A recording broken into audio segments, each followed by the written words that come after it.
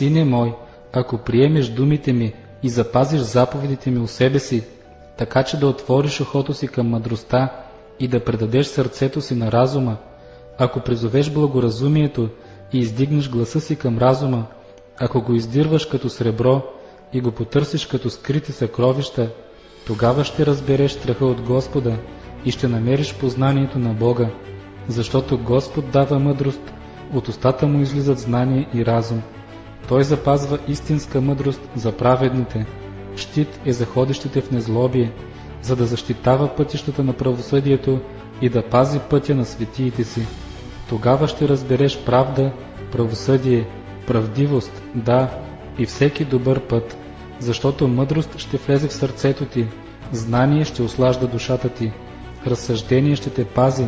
благоразумие ще те закриля, за да те избави от пътя на злото, от човек, който говори извратено, от онези, които оставят пътищата на правотата, за да ходят по пътищата на тъмнината,